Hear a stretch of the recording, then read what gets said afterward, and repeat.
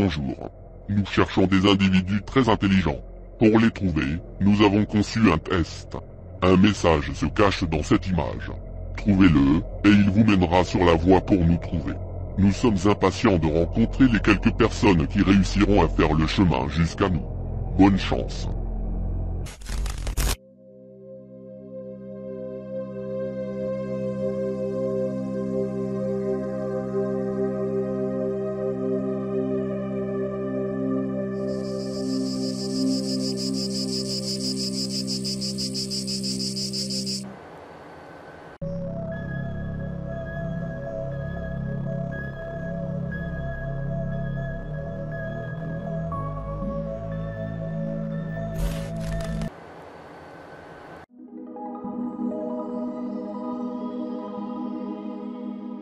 Aujourd'hui, je vais vous raconter une histoire. Et pas n'importe laquelle. Non. Pour cette 50e vidéo, je vais vous parler d'une histoire vraie. Et ce sera ni plus ni moins que celle du plus grand mystère de l'ère numérique. C'est un sujet qui a été énormément traité, que ce soit par d'autres vidéastes sur YouTube, mais aussi par les médias mainstream. Mais parfois, on croit connaître une histoire, alors qu'en réalité, on n'en connaît qu'une facette. En me documentant sur le cas que je m'apprête à vous présenter, je me suis rendu compte que sa partie la plus intéressante n'avait, étrangement, jamais été mise en avant. Pourtant, cette histoire contient des personnages dignes des meilleures fictions. Mais non, ces individus sont restés dans l'ombre de ce qu'ils avaient accompli. Mais vous verrez que parfois, ce ne sont pas ceux qui se cachent derrière un mystère qui sont les plus intéressants, mais ceux qui lui font face.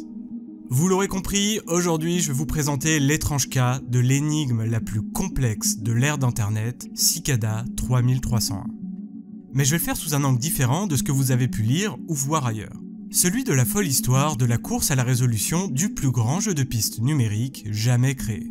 À ma connaissance, il n'y a qu'un excellent documentaire en 4 parties, disponible sur la chaîne Great Big Story, dont j'ai tiré une bonne partie des informations que je vous présenterai, ainsi que de rares interviews et de posts des différents protagonistes qui ont traité le sujet de cette manière. Les sources sont en description. Installez-vous confortablement et apprêtez-vous à découvrir une histoire pleine de rebondissements qui commencera sur le web de surface pour nous emmener dans les tréfonds du Darknet, là où une mystérieuse organisation aux intentions floues a décidé d'attirer les meilleurs hackers de la planète. Et surtout, préparez-vous à rencontrer des personnalités atypiques, des individus terriblement talentueux qui ont su s'allier pour faire face à la plus célèbre de toutes les énigmes cryptographiques de l'histoire d'Internet. Le mystère Cicada 3301.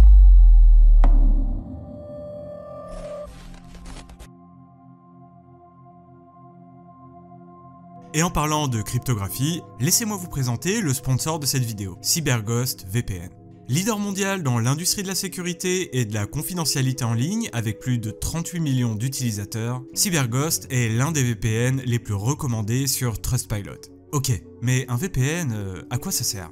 Le VPN, ou réseau privé virtuel en français, est un système permettant de créer un lien direct entre des ordinateurs distants qui permet de masquer votre adresse IP, de chiffrer vos données et de rediriger l'intégralité de votre trafic internet via un tunnel VPN sécurisé. Grâce à l'interface conviviale et intuitive de CyberGhost VPN, vous n'aurez besoin d'aucune connaissance technique pour la prise en main de ce logiciel. Et puis, vous n'aurez pas non plus à vous poser de questions sur la compatibilité avec vos autres appareils, car les applications CyberGhost VPN sont compatibles avec toutes les interfaces Windows, Mac, iOS, Android, Smart TV, Linux, ainsi que les consoles de jeux. D'ailleurs, avec un seul abonnement CyberGhost VPN, vous pourrez utiliser le logiciel sur 7 appareils différents en simultané sur l'ensemble de vos appareils et ainsi en faire profiter votre entourage. Et grâce à ces plus de 9700 serveurs répartis dans 91 pays différents, vous profitez d'une connexion VPN sécurisée en tout temps et en tout lieu. Mais même sans voyager, si vous vous connectez souvent à des réseaux Wi-Fi publics, que ce soit à l'école, au travail ou dans un café, vous vous exposez à des menaces informatiques. Pour s'en prémunir, il faut impérativement chiffrer vos données et pour ça,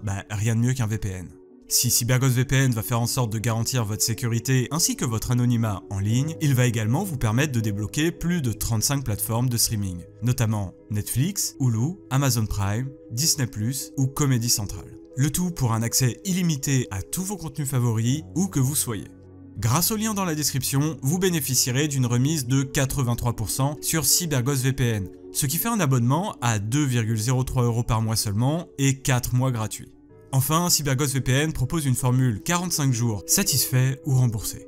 Merci à CyberGhost VPN pour le soutien, et si vous voulez profiter de cette offre, cliquez sur le lien en description. Bon, allez, je crois qu'il est grand temps de débuter notre histoire et de partir à la rencontre de notre premier personnage.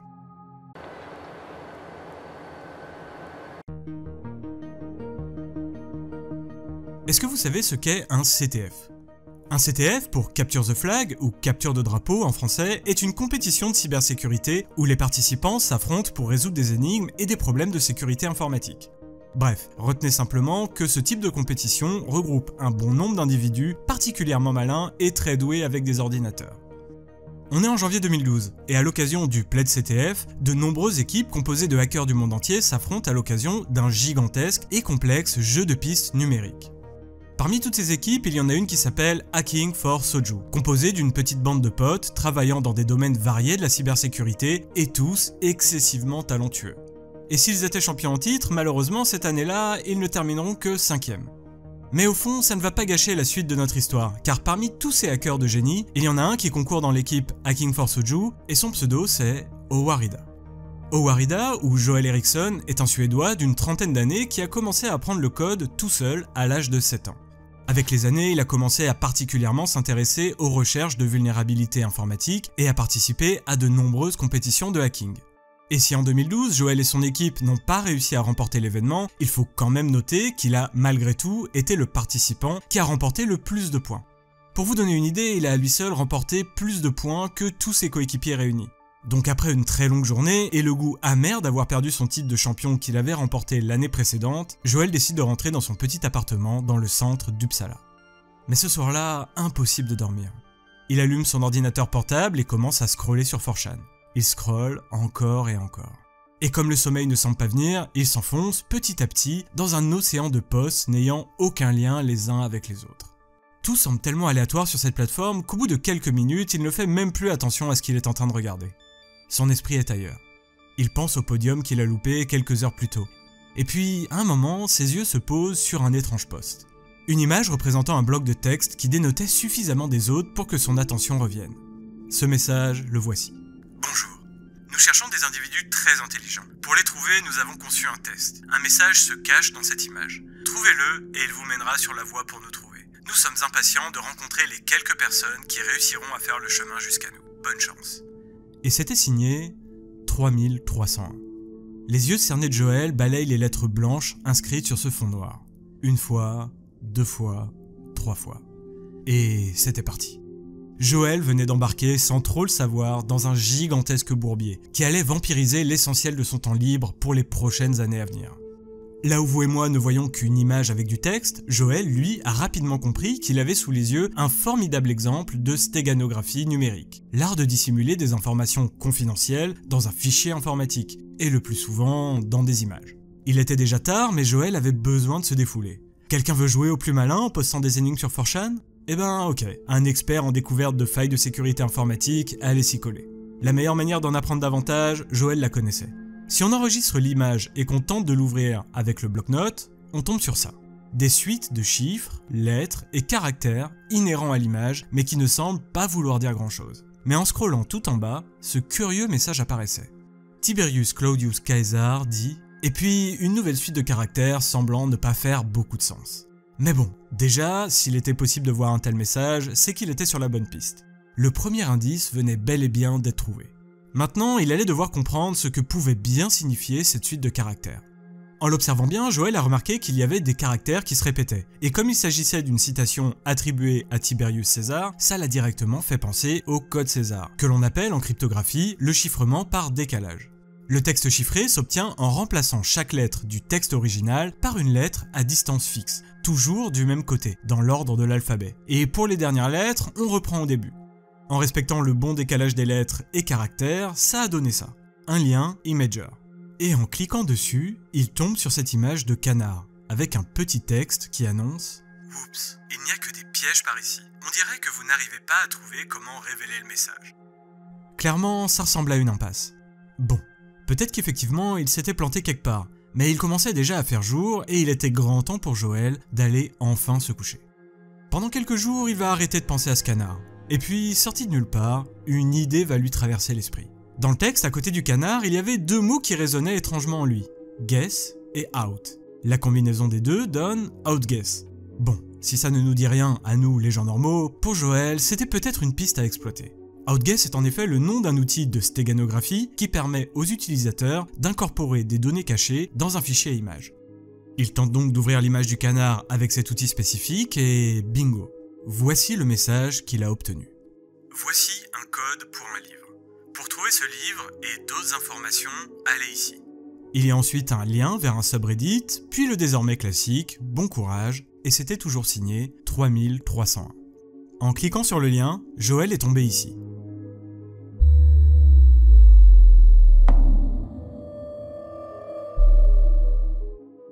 Une fois de plus, des suites de lettres. Et quand on continue de scroller, on tombe sur deux liens Imager représentant un paillasson avec écrit « Welcome » dessus, et ça. En regardant bien, Joel a également remarqué que le subreddit avait une image horizontale en guise de bannière qui représente d'étranges symboles. Voilà. Donc là, Joel était face à la troisième énigme. La troisième sur une cinquantaine. Et si les deux premières étaient relativement simples à décoder, vous allez voir à quel point la difficulté va augmenter. Dans cette vidéo, je ne vais pas vous décoder toutes ces énigmes, parce que comme vous allez rapidement le remarquer, les choses vont commencer à devenir sacrément complexes, et parfois même très tordues.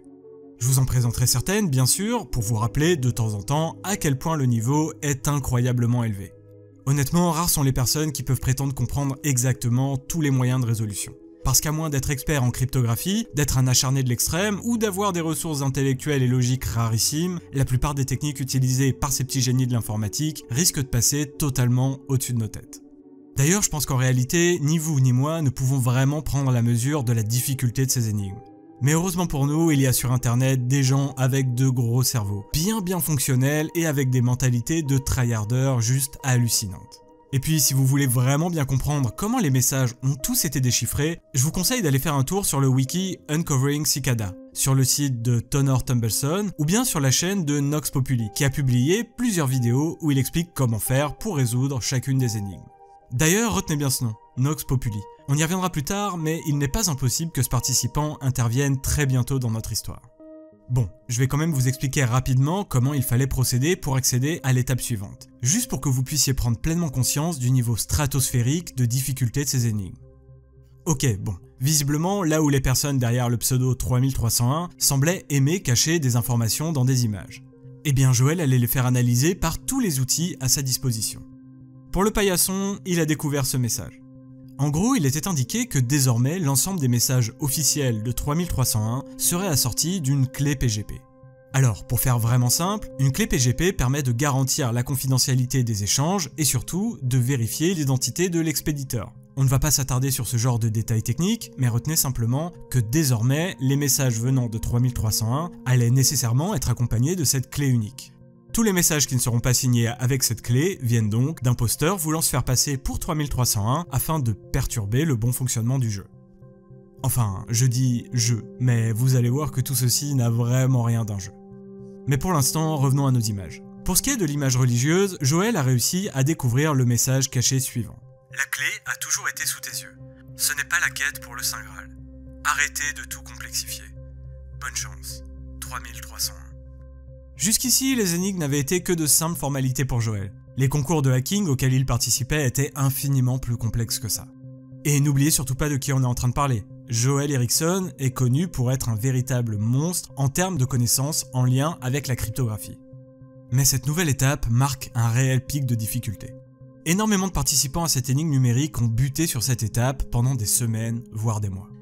Joel aussi d'ailleurs. Et vous allez rapidement comprendre pourquoi. En analysant la bannière du subreddit, Joel a remarqué qu'il s'agissait de symboles Maya représentant des numéros. Du coup, en voyant que le deuxième symbole représentait un 2 et que le deuxième caractère du nom du subreddit était également un 2, il s'est dit que le A devait certainement correspondre à 10. Bref, en déchiffrant le nom du subreddit, il a obtenu la suite de nombres suivants. Ok, mais avec cette liste de chiffres, on fait quoi? Pour vous résumer sommairement, Joel a compris que s'il compilait toutes les lignes de lettres ensemble, le tout ressemblait à un texte. Il y avait des majuscules, des virgules et des points. Et puis à la base, le précédent message de 3301 parlait d'un livre, donc c'était une hypothèse plutôt solide. En creusant un peu, il a remarqué que les différents postes étaient chiffrés via ce qu'on appelle un chiffre de Wigner, qui est grosso modo un code César bien plus élaboré. Après avoir tenté un grand nombre de combinaisons possibles, Joël a réussi à obtenir un paragraphe entier, issu d'un livre de 1855 racontant la quête du Saint Graal par le roi Arthur. En utilisant la clé de chiffrement transmise par 3301, ça a donné le message suivant. Appelez-nous au numéro de téléphone suivant. Voilà. Une fois de plus, ça n'était que la 3e énigme sur une 50aine en tout, et comme vous pouvez le voir, la difficulté va croissante. À ce stade-là, 80% des participants avaient déjà abandonné. Déjà parce que je pense que la difficulté a dû en décourager un bon paquet, et puis surtout, revenons à la base de ce mystère, à ce stade, les internautes pensaient simplement être face à une sorte de jeu de piste en ligne, organisé par un simple amateur d'énigmes cryptographiques. Personne, en 2012, n'avait la moindre idée de ce qui se cachait réellement derrière Cicada 3301. Mais cette 4e étape, et surtout ce mystérieux numéro de téléphone, allait faire comprendre aux participants que tout ceci était très sérieux. Et que pour une raison ou une autre, cette énigmatique organisation cherchait bel et bien des gens avec des capacités intellectuelles rares et précieuses. Écoutons ce que Joël a entendu lorsqu'il a composé, sur son portable, le mystérieux numéro.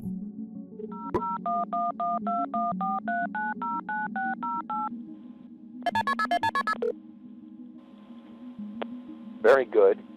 You have done well.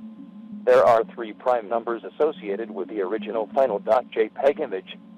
3301 is one of them. You will have to find the other 2. Multiply all 3 of these numbers together and add a .com on the end to find the next step. Good luck. Goodbye.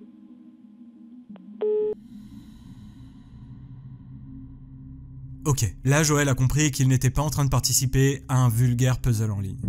Là, il y avait quand même un peu de moyens. Ce message vocal invitait à retourner à la case départ du jeu, c'est-à-dire à l'image publiée sur 4chan. 3 nombres premiers sont associés à l'image originale final.jpg. 3301 est l'un d'entre eux.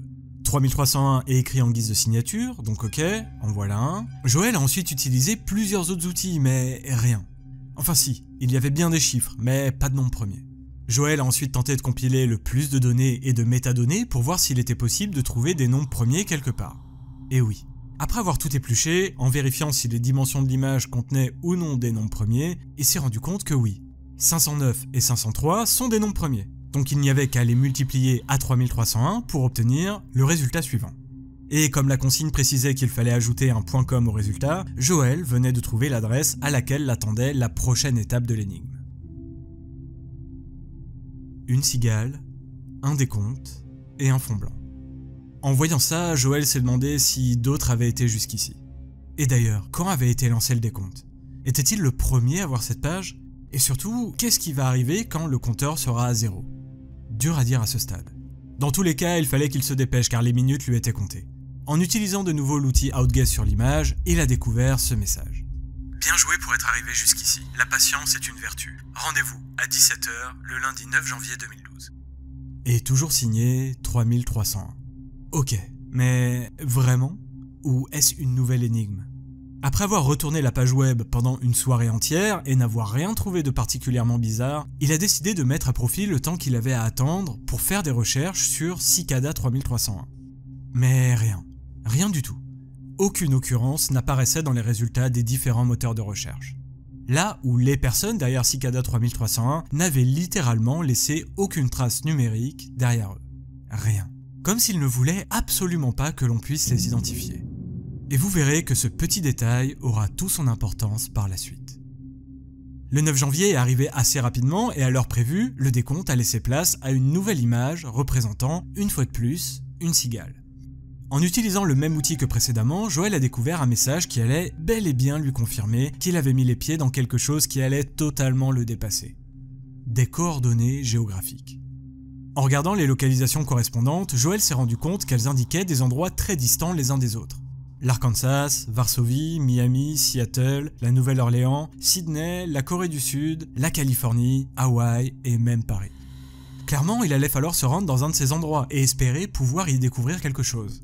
Le problème, eh bien, Joël est en Suède et la coordonnée la plus proche de lui est celle qui indique Paris. Ok, le jeu est cool, mais de là à prendre comme ça au dernier moment un billet pour Paris, juste pour aller à un point précis pour un jeu de piste né sur 4chan, non, clairement il n'allait pas y aller. Et puis même s'il y allait, le temps qu'il arrive là-bas depuis la Suède, un joueur parisien l'aurait très certainement devancé. Mais Joël voulait quand même savoir ce qui se cachait à ces coordonnées. Du coup, il a commencé à chercher des forums de discussion ou des channels IRC où d'autres participants auraient pu se regrouper. Ça ne faisait pas 10 jours que le jeu avait été officiellement lancé, mais il a quand même réussi à trouver quelques espaces de discussion. Pas beaucoup, mais quand même quelques-uns. En lisant les posts de ces groupes, Joël a compris qu'il avait passé les différentes étapes tout seul, bien plus rapidement que tous réunis. Mais bon, il allait avoir besoin de collaborer s'il voulait espérer découvrir les prochaines énigmes de Cicada 3300. Et il n'a pas eu à attendre bien longtemps avant de voir fleurir des posts sur ces groupes de discussion révélant ce qui se cachait réellement à ces coordonnées. Des affiches, avec le logo de Cicada assorti de QR code. À ce stade, Joël a eu la confirmation qu'il y avait bel et bien une sorte de réseau derrière Cicada. Des personnes suffisamment déterminées et coordonnées pour aller tous en même temps coller des affiches contenant des QR codes aux 4 coins du monde. Parce qu'en effet, il fallait obligatoirement que toutes les affiches soient mises au même moment et à un horaire qui ferait qu'aucun agent d'entretien ne puisse les arracher. Tout avait été méticuleusement pensé, et le plan avait été parfaitement exécuté par l'organisation qui se cachait derrière Cicada 3301. Grâce aux photos des affiches partagées sur les channels de discussion, Joël a remarqué qu'il y avait 2 QR codes différents qui renvoyaient à un site avec une image sur laquelle était inscrite une URL. En allant sur le site indiqué, il était possible de retrouver une nouvelle image, avec toujours la même cigale et le mot « partout » placé juste au-dessus. En utilisant certains outils de déchiffrage de stéganographie, il était possible de découvrir un message contenant 2 nouveaux codes, semblant une fois de plus liés à un livre. Avec cette table de correspondance, il y avait quelques lignes. Joël a découvert que ces quelques lignes étaient en réalité un extrait du poème Agrippa, issu du Livre des morts de l'auteur William Gibson. Un auteur de science-fiction considéré comme un pionnier de la culture cyberpunk. Ok, bon, Joël n'avait qu'à mettre la main sur ce poème et commencer à travailler dessus.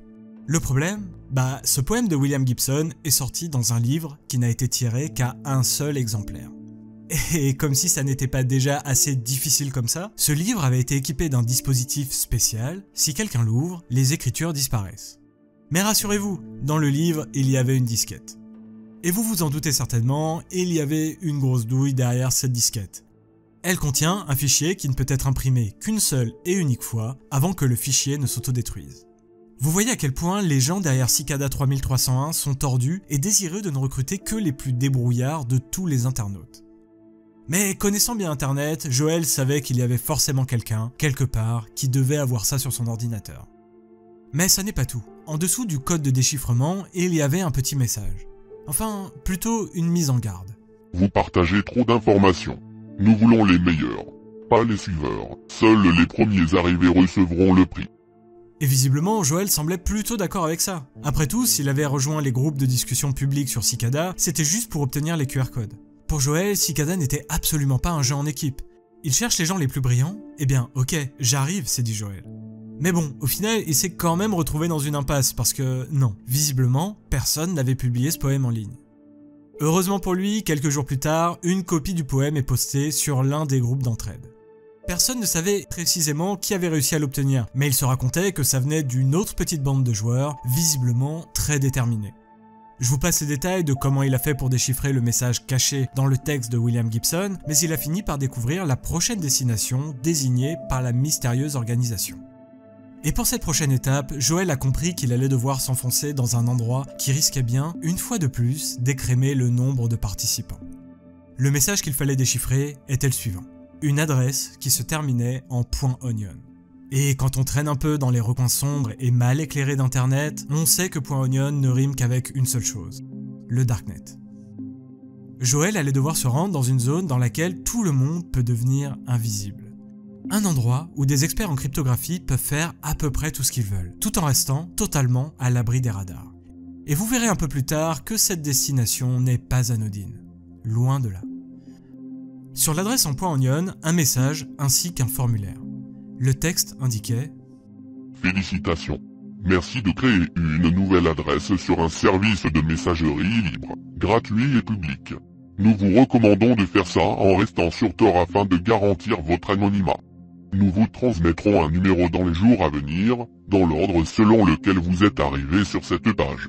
Une fois que vous l'aurez, revenez sur ce site et ajoutez à cette URL un / puis le numéro que vous aurez reçu. » Et une fois de plus, l'adresse PGP unique permettant de s'assurer que ce message venait bien de 3301 et non d'un plaisantin qui aurait voulu se faire passer pour eux. Étape très simple pour Joel, qu'il a tout de même voulu réaliser le plus rapidement possible, parce qu'une fois de plus, son objectif était d'être le premier à terminer ce jeu de piste. Une fois l'adresse mail créée, il l'a transmise dans la petite case prévue à cet effet, et un message indiquant « Merci, nous vous recontacterons bientôt » s'est affiché. Joel était surexcité. Bientôt, il allait recevoir un numéro avec son classement. Lui qui avait toujours été premier dans à peu près toutes les épreuves intellectuelles auxquelles il avait pu participer dans sa vie, allait enfin pouvoir constater son vrai niveau. Quelques jours plus tard, Joel reçoit le mail tant attendu. Et 6. Le numéro qui lui avait été attribué était 6. Alors 6, quand on se dit qu'il y a des centaines d'autres participants très déterminés, c'est déjà pas mal, hein. Ouais, c'est pas mal, mais pour Joel, c'est un échec. D'ailleurs, depuis tout à l'heure, je vous parle de Joel Eriksson, mais ça n'est pas lui qui a réussi à résoudre toutes les énigmes en premier. Non. Et ce ne sera pas non plus lui qui sera le personnage principal de notre histoire. Alors oui, Joel Eriksson est monstrueux et il est d'ailleurs l'un des participants à être allé le plus loin et le plus rapidement possible tout seul. Pas de doute là-dessus, il faut vraiment lui reconnaître ça. Et puis, au final, vous verrez que le mystère qui entoure Cicada 3301 fait qu'on ne connaît pas vraiment le classement officiel. Et d'ailleurs, vous allez très rapidement constater que tout ça, ça n'était que le tout début de l'énigme Cicada 3301. Si on veut vraiment sélectionner les gens les plus brillants de cette planète, alors le fait de cacher des messages dans des images ne peut être, au mieux, qu'une sorte d'échauffement. Et si Joel Eriksson est un homme brillant, avec une personnalité atypique, pour la suite de cette vidéo, on va s'intéresser à d'autres participants. Parce qu'en effet, si Joel est arrivé 6ème, c'est bien qu'il y avait d'autres individus qui se sont également donnés à fond et qui ont réussi à être plus rapides que lui. A votre avis, qu'est-ce qui est plus performant que le gros cerveau d'un hacker avec 200 de QI ? 5 cerveaux de hackers brillantissimes, avec eux aussi des capacités intellectuelles et logiques exceptionnelles, qui décident de travailler ensemble pour tenter de percer ce qui deviendra, quelques années plus tard, le plus grand mystère d'Internet. Pour la suite de cette vidéo, je vais plutôt vous parler de cette espèce de Dream Team de hackers, de tryharders et d'acharnés qui n'ont pas hésité à consacrer plusieurs années de leur existence à tenter de résoudre des énigmes à la difficulté toujours croissante, jusqu'à l'absurde parfois. Et oui, je vais bel et bien vous parler du petit groupe qui a réussi à entrer en contact avec la ou les personnes qui se cachent derrière Cicada 3301. Mais vous allez voir que paradoxalement, chacune des réponses qui leur sera apportée aura pour effet de soulever une avalanche de questions supplémentaires dans leurs esprits. Dès les premiers jours qui ont suivi l'apparition de la première image sur 4chan, un expert en sécurité informatique et en cryptographie de Berlin a créé un channel de discussion sur IRC consacré à Cicada 3301. Son pseudo, Brotherbox. Il était donc l'administrateur de ce premier groupe d'entraide et il a pu déceler un certain nombre de profils particulièrement intéressants avec lesquels il savait qu'il avait tout intérêt à collaborer s'il voulait percer le mystère de Cicada 3301. Après quelques jours seulement d'administration de ce groupe, il a remarqué que parmi tous les messages postés, tous ne se valaient pas. Dans le lot, il y avait clairement des gens qui étaient novices en informatique ainsi qu'en cryptographie. En revanche, Brotherbox avait réussi à identifier 4 utilisateurs qui semblaient nettement plus calés que tous les autres. Il a donc décidé de les inviter dans un groupe de discussion privée pour qu'ils puissent, toutes et tous, mettre leurs capacités exceptionnelles au service de la résolution de ces énigmes. Le premier membre à avoir été invité est Nox Populi. Nox est un expert en cryptographie qui vit en Alberta, au Canada, dans un petit village au milieu de nulle part. Très solitaire, Nox avait toujours eu beaucoup de mal à se faire des amis. Il vivait encore chez ses parents et avait ce qu'on pourrait appeler une forte anxiété sociale. Du coup, son exutoire à lui, ça avait toujours été l'informatique, les mathématiques et la cryptographie. D'ailleurs, si vous avez bien suivi, j'ai déjà évoqué le nom de Nox tout à l'heure. C'est lui qui a créé la première chaîne YouTube dans laquelle il explique comment chacune des énigmes ont été résolues. Vous allez voir, Nox est un personnage tout aussi fascinant qu'attachant. Mais ce ne sera pas lui qui sera le grand héros de notre histoire. Non. Le troisième membre de cette cellule d'élite est Wancool. Wancool a la trentaine, il vient du Nebraska, et tout comme Nox, c'est quelqu'un d'aussi isolé que brillant. Wancool est d'ailleurs certainement le membre de ce petit groupe avec le CV le plus impressionnant. Quand il avait 12 ans, il découvre les jeux vidéo et plus particulièrement un MMO en ligne bien connu, Dark Age of Camelot. Le problème, Wancool vient d'une famille où chaque dollar compte. Il a raconté que comme sa mère ne pouvait pas lui donner d'argent de poche, il ne pouvait donc pas se prendre un abonnement pour jouer en ligne. Pas de problème. À 12 ans, il était déjà capable de créer des serveurs pirates gratuits, juste pour pouvoir jouer avec ses 2 frères et les rares potes qu'il avait pu se faire à l'école. Les années passent et il atteint tout seul, dans son coin, des compétences stratosphériques en cryptographie et passe même, pour le fun, un diplôme en mathématiques fondamentales dans une prestigieuse université américaine. OneCool, tout comme les autres membres de ce groupe, est un génie. Je veux vraiment insister là-dessus. Les individus dont on va parler dans la suite de cette vidéo excellent tous dans au moins 2 ou 3 domaines de l'informatique et des mathématiques. Bref, OneCool est génial et je vous garantis qu'à la fin de cette vidéo, vous allez vraiment l'aimer. Mais ça ne sera pas non plus lui le personnage principal de notre histoire. Le 4e membre de ce groupe est Shadow Walker, qui est certainement, avec Brotherbox, la personne dont on sait le moins de choses. Et d'un côté, ça se comprend. Shadow Walker est une femme âgée d'une vingtaine d'années qui vit dans un régime autoritaire du Moyen-Orient. Chez elle, le gouvernement contrôle tout, dans la vie physique, mais également sur Internet. Dans un pays soumis à un tel niveau de censure, il faut être prudent si on veut communiquer avec le monde extérieur. Et ça tombe bien parce que Shadow Walker est une experte pour tout ce qui touche, de près ou de loin, à l'anonymat sur Internet, et donc, bien sûr, à la cryptographie. Shadow Walker sera l'archiviste du groupe. Son profil est étonnant et elle pourrait être le personnage principal de notre histoire. Mais non. Vous savez, il y a un mécanisme qui se met souvent en place au sein d'un groupe. Désigner un leader. Quelqu'un qui va donner la bonne impulsion pour permettre aux autres de donner le meilleur d'eux-mêmes. Et vous savez ce qui s'est passé ? Personne n'a jamais vraiment discuté de savoir qui allait être ou non le leader de ce groupe, non. Pour Brotherbox, Nox, OneCool et Shadow Walker, il y avait un participant qui semblait être, sans aucun débat possible, tout désigné pour mener le groupe. Et vous voulez savoir à quoi ressemblait celui qui sera le personnage principal de notre histoire quand la première énigme est sortie ? À ça. Bon, ok, cette photo a été prise 2 ans avant l'apparition de la première énigme, mais je vous garantis que même à l'époque de cette photographie, Marcus Vanner était tout sauf un enfant comme les autres. Laissez-moi donc vous présenter un peu celui qui sera le personnage principal de cette histoire. Marcus est né dans une famille très croyante en Virginie. Il a 4 autres frères et sœurs et a la particularité de n'avoir jamais mis un pied à l'école avant d'entrer à l'université à un âge très précoce, mais on y reviendra. Son père était ingénieur électrique et passionné d'informatique. Comme ses parents étaient assez stricts avec ses frères et lui, il n'avait le droit d'utiliser l'ordinateur familial qu'1 heure ou 2 le week-end. Même s'il était un enfant exemplaire à tous les niveaux, ses parents refusaient catégoriquement de le laisser se connecter à Internet quand il le voulait. Pourtant, Marcus avait des résultats scolaires exceptionnels. Vraiment. Tout ce qu'il lisait était instantanément enregistré quelque part dans son cerveau. Et quelques semaines seulement après avoir reçu son programme pour l'année, il maîtrisait déjà toutes les matières et obtenait systématiquement les meilleurs résultats possibles. Mais comme il était scolarisé à la maison, Marcus était terriblement seul. Alors oui, il allait chaque week-end au scout, mais à 13 ans seulement, Marcus passait son temps libre à lire des thèses de mathématiciens et était obsédé par les chiffres. Du coup, il y avait un décalage gigantesque entre lui et les autres enfants de son âge. Et malheureusement, cette singularité allait le condamner à une solitude extrême, qui allait certainement forger son caractère introverti, qui ne le quittera d'ailleurs pas à l'âge adulte. Pourtant, Marcus savait qu'il existait une fenêtre sur le monde. Un endroit où il allait pouvoir espérer se connecter avec des gens comme lui, et où toutes les connaissances de l'humanité étaient stockées. Internet. Le problème, son père avait installé sur l'ordinateur familial tout un tas de logiciels pour faire en sorte qu'aucun de ses enfants ne puisse se connecter en dehors des rares heures de connexion autorisées. Ok, il lui suffisait donc d'aller voir comment faire sauter les dispositifs de contrôle installés par son père pendant les instants où il était autorisé à se connecter sur Internet. Et c'est ce qu'il a fait. Quand je parle de dispositifs de contrôle, je ne parle pas du contrôle parental par défaut de Windows. Non, je parle de logiciels spéciaux, relativement costauds, installés par son père.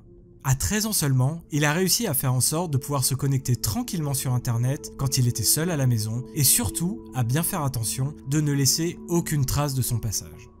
Voilà comment Marcus a commencé à défier le monde à l'aide d'un clavier, en affrontant son père, ingénieur et passionné d'informatique, dans un jeu de chat et de la souris informatique. Encore une fois, à 12 ans seulement.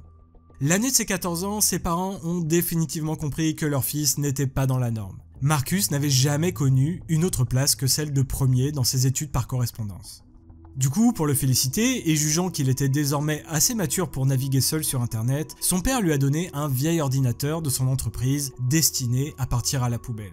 Et c'est à partir de ce moment-là que les choses sérieuses ont commencé et qu'une réelle vocation allait naître chez le jeune Marcus. On reparlera de l'étonnant profil de Marcus Vanner un peu plus tard. En attendant, revenons à notre Dream Team.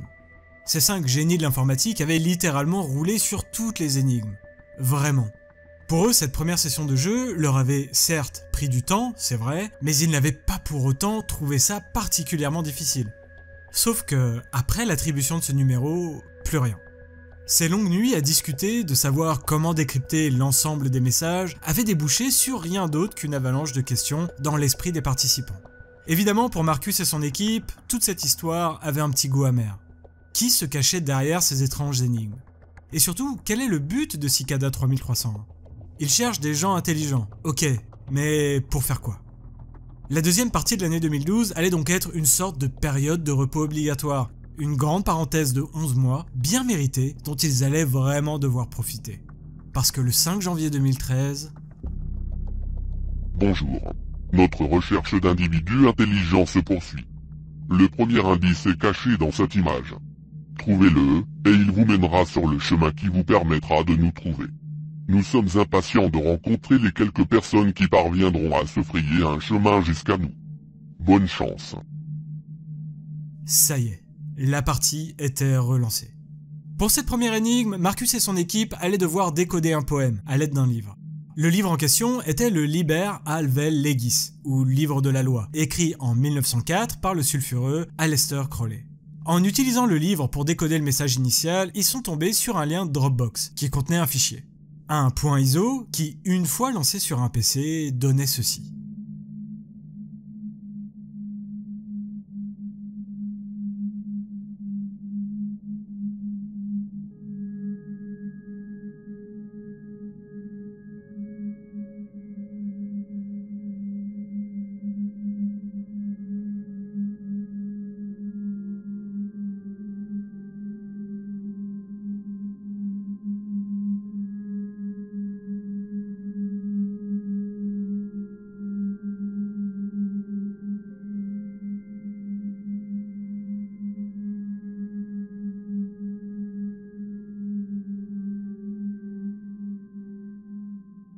Ça, c'est ce qu'on appelle le Cicada OS, un système d'exploitation conçu par Cicada 3301.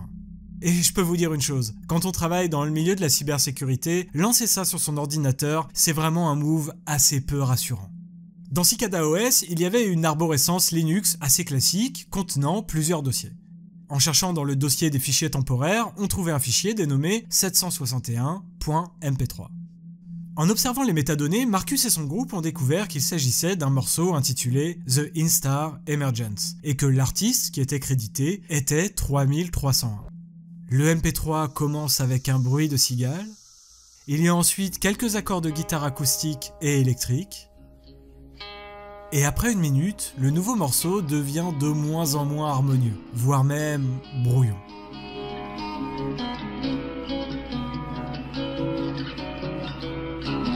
Marcus et son équipe ont tenté de voir s'ils pouvaient trouver des correspondances dans le tempo avec des morceaux préexistants.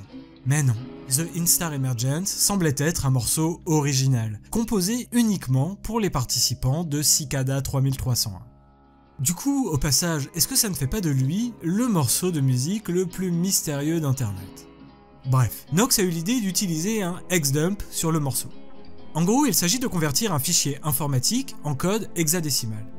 Les 5 génies se retrouvaient donc, une fois de plus, face à un mur de chiffres et de lettres qu'ils ont tout de même réussi à décoder et qui donnait le message suivant. Parabole 1 595 277 641. Comme l'Instar creusant des tunnels jusqu'à la surface, nous devons nous débarrasser de nos propres limites. Trouver la divinité en nous et émerger. Ok, vous savez ce que Marcus a immédiatement remarqué? Que le morceau durait 2 minutes 47 secondes. En tout, ça fait 167 secondes. 167, à l'envers, ça donne 761. Et 761, c'est le nom du fichier MP3 du morceau. Et bien évidemment, 167 et 761 sont deux nombres premiers. Ok, d'accord, mais qu'est-ce qu'il faut faire de cette information? En relançant le Cicada OS, OneCool a remarqué qu'au démarrage, il y avait un message qui s'affichait. La clé est tout autour de toi. Bonne chance. Toujours signé 3301, et en haut, une arrobase suivie de plusieurs chiffres. Clairement, il s'agissait d'un compte Twitter. Ils sont allés dessus, et puis...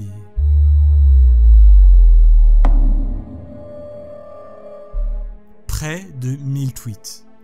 Tous comme ça, remplis de chaînes alphanumériques. Ouais, une fois de plus, ils allaient avoir du boulot. Je ne vais pas vous expliquer en détail comment ils ont fait pour décoder tous ces tweets, parce que ça va commencer à devenir vraiment compliqué. Mais une fois de plus, si le côté technique vous intéresse, vous avez tous les liens dans la description. Alors, en utilisant une opération XOR ou XOR sur l'ensemble de ces tweets avec certaines valeurs trouvées dans la musique, on obtient un lien menant vers cette image. Le Gematria Primus. Un tableau présentant un alphabet composé de 29 runes, chacune correspondant à une lettre et à une valeur numérique. L'alphabet de Gematria Primus est similaire à de nombreux alphabets runiques anciens, mais il ressemble surtout à ce qu'on appelle le poème runique en vieil anglais. Il s'agit d'un vrai poème datant du milieu du 8e siècle, composé de 29 runes anglo-saxonnes. Marcus a eu l'idée d'utiliser une fois de plus Outguess sur l'image, juste pour voir si, au cas où, il n'y aurait pas un message caché dedans. Et oui, il y a bel et bien un message caché dans l'image. Sauf que cette fois, il était vide. Enfin, pas si vide que ça, parce qu'en convertissant en binaire le pattern du vide de ce message, en prenant en compte la taille des paragraphes et des retours à la ligne, et qu'ensuite on opérait la conversion de ce texte binaire en ASCII, qui est une autre forme d'encodage de caractères, il était possible d'obtenir le message suivant. Une invitation à se rendre sur une adresse en .onion, c'est-à-dire sur le darknet. Marcus s'est donc rendu à l'adresse en question, et il est tombé sur ça. Un message indiquant que les navigateurs de recherche sont inutiles ici. Une cigale composée du chiffre 7 et de symboles, et un message en bas indiquant simplement « Bienvenue ». Ils sont restés plusieurs heures là, tous les 5, devant cette image de cigale. Nox, Shadowwalker, Brotherbox, Whencool et Marcus ont passé la nuit à s'arracher les cheveux sur cette énigme. Chacun a utilisé sa spécialité pour savoir s'il était possible d'extraire une information de cette image-là. Création de programmes pour analyser la page, cryptographie, stéganographie et bien d'autres choses qui nous dépassent. Et vous voulez savoir pourquoi Marcus a naturellement été désigné leader de ce groupe depuis leur première collaboration ? Parce qu'en plus de presque tout savoir tout faire d'un point de vue technique, Marcus est créatif. Son truc à lui, c'est de d'abord imaginer toutes les possibilités. Toutes, vraiment. Et c'est d'ailleurs peut-être ça le génie. Savoir parfois prendre de la hauteur pour avoir une vue d'ensemble sur un problème. Identifier chaque ramification, chaque connexion et chaque possibilité. Rien à tirer de l'image ? Ok. Si les navigateurs sont inutiles ici, alors c'est qu'il faut utiliser Tor, le réseau informatique superposé mondial et décentralisé qui permet de se connecter à ce qu'on appelle le Darknet. En fouillant dans Tor, une fois connecté à cette page, Marcus a découvert qu'il y avait la possibilité d'utiliser un telnet, un protocole permettant de communiquer avec un serveur distant. En envoyant « Hello », Marcus a reçu un nouveau message. Très bien, vous avez fait du bon boulot. Et encore un autre lien vers le Darknet. Bien sûr, ils ont foncé sur le site. Sur cette nouvelle plateforme, en trifouillant le code source, ils sont tombés sur ce message. La patience est une vertu, donc revenez plus tard. Et effectivement, en se reconnectant le lendemain sur le site en question, il y avait ça. De nouvelles coordonnées qui, une fois de plus, indiquent des endroits comme Dallas, Okinawa, Moscou, Portland ou Columbus. Et bien sûr, il y avait très certainement là-bas quelque chose à récupérer. Ils étaient 5, et clairement, pour 3 d'entre eux, il était impossible d'aller voir eux-mêmes ce qui pouvait se trouver à ces coordonnées. Brotherbox, qui était en Allemagne, devrait aller à Moscou, Shadowwalker ne peut même pas sortir de son pays, et Nox, lui, il vit au milieu de nulle part. Ce coup-là, pas le choix. Marcus et Whencool, qui étaient aux États-Unis, allaient devoir se débrouiller pour se rendre au lieu indiqué le plus rapidement possible. Par chance, Whencool était à Pittsburgh à ce moment-là, et il y avait une coordonnée qui pointait vers Columbus, à seulement 3 heures de route. Sans trop réfléchir, il a pris sa voiture et il a bombardé pour se retrouver là-bas le plus rapidement possible. Sur place, une nouvelle affiche, une cigale et un numéro de téléphone. Whencool venait de sécuriser leur participation à la prochaine étape. Mais les 5 génies ont bien compris qu'il allait peut-être falloir attendre de voir à quoi ressemblaient les autres affiches avant de pouvoir passer à l'étape suivante. Dans les heures qui ont suivi, des photos d'affiches ont commencé à pulluler sur les groupes de discussion de participants. Et effectivement, elles n'étaient pas toutes pareilles. Il y avait 2 numéros de téléphone différents. Un qui terminait par 1033 et l'autre par 3301.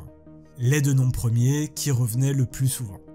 Quand Whencool a appelé ce numéro, il est tombé sur un message préenregistré qui lui demandait de composer un code sur son téléphone. Et je vous passe les détails, mais en utilisant certains fichiers extraits ici et là et en convertissant les résultats grâce au Gematria Primus, ils sont tombés sur une nouvelle plateforme du Dark Web. Sauf que cette fois-ci, il n'allait plus être possible de jouer en équipe. Cicada 3301 allait enfin échanger directement avec les quelques élus. Enfin, Cicada 3300 allait poser des questions et les participants n'allaient pas avoir d'autre choix que d'y répondre. Et pour la première fois, il allait falloir être rapide. En se connectant sur ce nouveau site du Darknet, ils sont tombés sur un questionnaire avec une limite de temps. Il y avait des questions qui appelaient des réponses rédigées par les participants et d'autres qui étaient des questionnaires à choix multiples. Les réponses proposées étaient toujours les mêmes. Vrai, faux, indéterminé, ça ne fait aucun sens, questions auto-référencées, règles du jeu, boucle étrange et aucune des réponses précédentes. Dans ces questions, on pouvait retrouver des trucs comme « il n'y a pas de vérité », citer des similarités entre la réalité et le concept de fil d'actualité sur Facebook.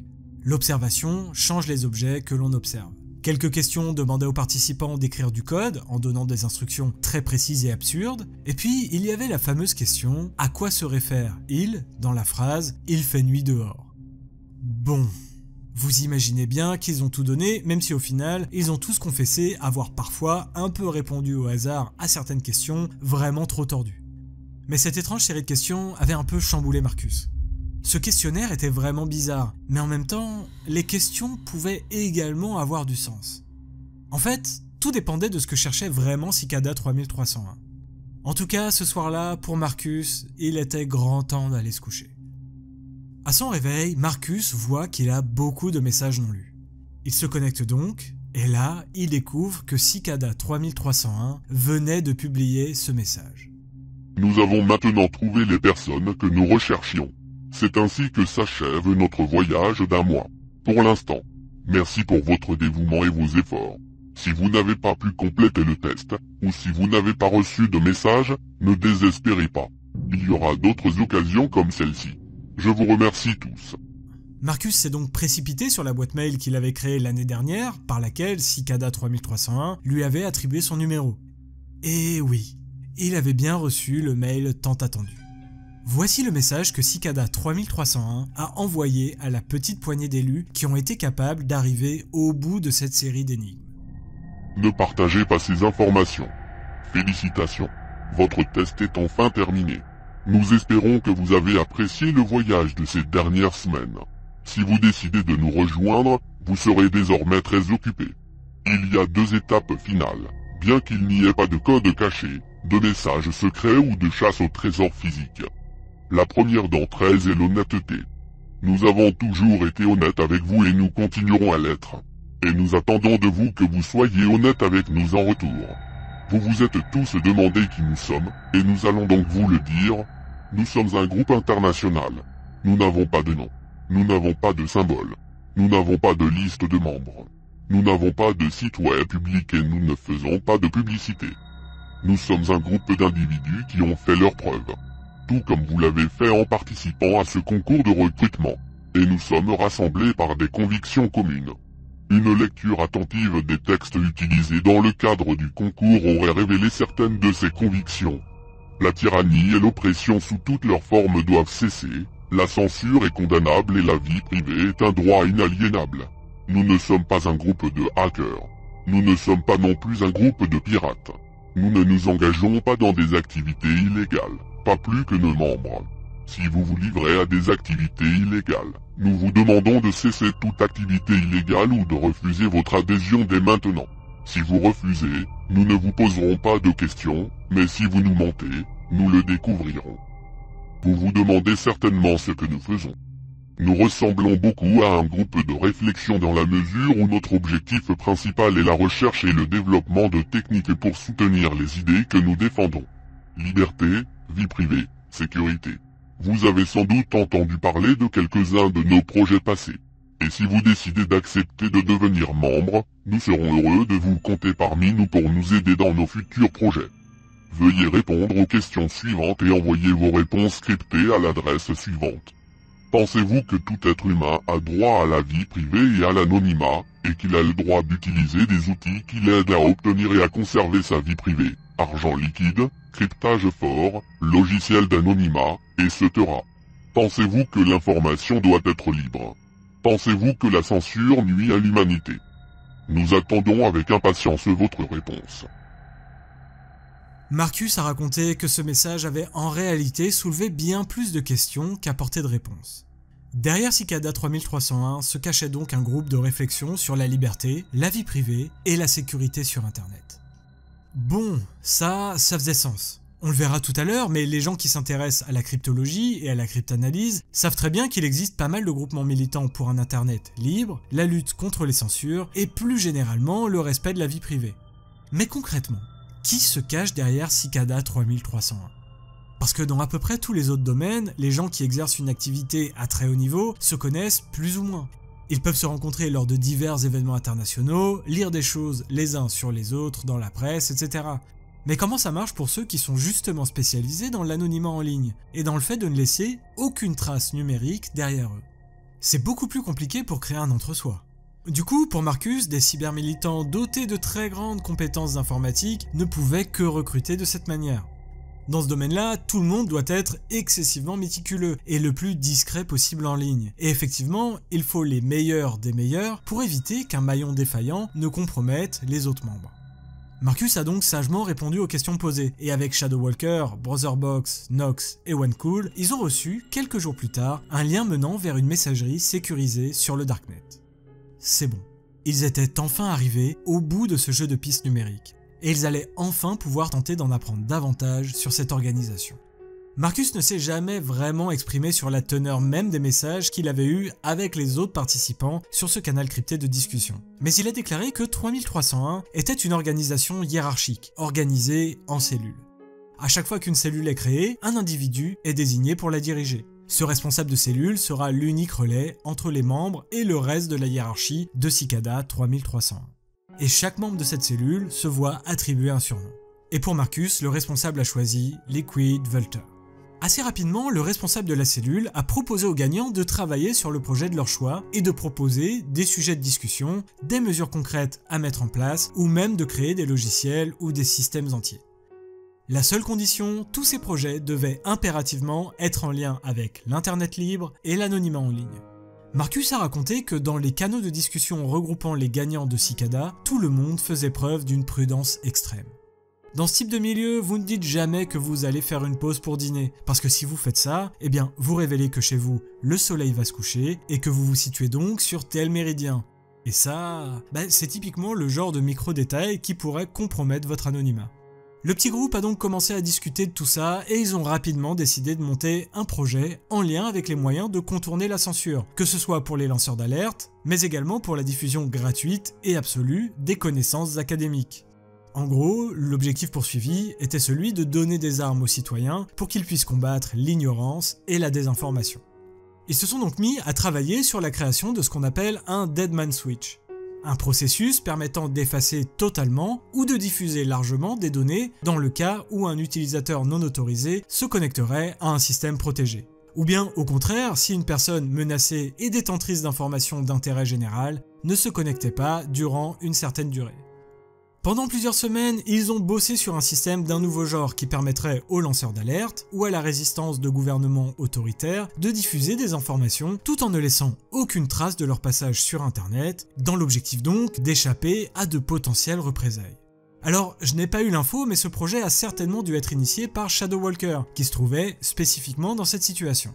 Bon, en réalité, c'est Marcus qui a tout codé tout seul, à 15 ans, et alors qu'il n'avait jamais vraiment étudié à proprement parler la cryptographie. Mais il s'est formé, tout seul et très rapidement, comme il l'avait toujours fait. Le projet avançait bien, et subitement, alors que Marcus allait se connecter à la plateforme sécurisée de discussion mise à disposition par Cicada 3301, elle n'était plus accessible. Marcus avait-il été banni ? Il a rapidement demandé à Nox, Shadowwalker, Brotherbox et OneCool si c'était pareil pour eux. Et oui, personne n'avait plus accès au réseau Cicada 3301. Le petit groupe était évidemment en contact avec quelques autres gagnants, et ont donc pu leur demander s'ils avaient encore accès. Joel Eriksson, qui était également arrivé jusque-là, leur a dit que non. Pour lui aussi, ça semblait terminé. Pareil pour les quelques autres avec qui ils étaient en contact. Pourquoi Cicada 3301 se serait donné autant de mal pour réunir des petits génies, les sélectionner, leur proposer des missions et disparaître aussi subitement? Pour Marcus et toute son équipe, c'est la douche froide. Est-ce que ça signifie qu'ils n'ont pas rendu leur projet à temps? Est-ce que la sécurité de Cicada 3301 avait été compromise? Et surtout, est-ce que Cicada 3301 allait revenir? Pour Marcus, une troisième salve d'énigmes serait très mauvais signe parce que les énigmes de 2013 étaient bien plus difficiles que celles de 2012. Vraiment. Il y a un pic de difficulté incroyable, presque exponentiel, entre ces deux sessions. Du coup, si jamais Cicada 3301 revient, est-ce que la troisième énigme va suivre cette tendance et tutoyer la difficulté maximale imaginable? Et croyez-moi, Marcus avait bien raison de se faire du souci, parce que la réponse est oui.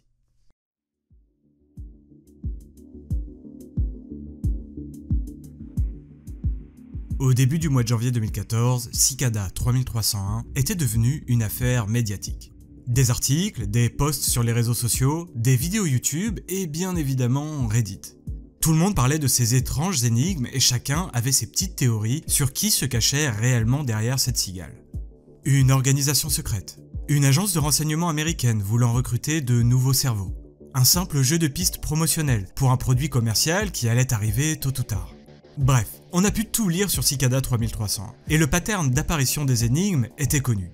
On est en janvier 2014, donc normalement, une nouvelle image devrait apparaître quelque part. Il y a eu bien sûr beaucoup de copycats, c'est-à-dire des gens voulant se faire passer pour Cicada 3301, mais dont les messages n'étaient pas authentifiés grâce au protocole PGP qu'utilisait la personne qui postait depuis le début. Mais le 6 janvier 2014, le compte Twitter utilisé par la cigale dans l'énigme de 2013 a été réexaminé. Après avoir été inactif pendant environ un an, un nouveau tweet est apparu. Un lien vers une image hébergée sur Imager. Bonjour, la révélation est à votre portée. Votre pèlerinage a commencé. Les lumières attendent. Bonne chance. Et à partir de là, vous allez comprendre pourquoi cette troisième session de jeu de janvier 2014 est devenue légendaire. Comme Marcus l'avait prévu, cette nouvelle série d'énigmes allait être bien plus difficile que les précédentes. Mais si lui, Shadow Walker, Nox, Brotherbox et OneCool voulaient rétablir le contact avec Cicada 3301, ils n'avaient pas d'autre choix que de déchiffrer les nouveaux messages.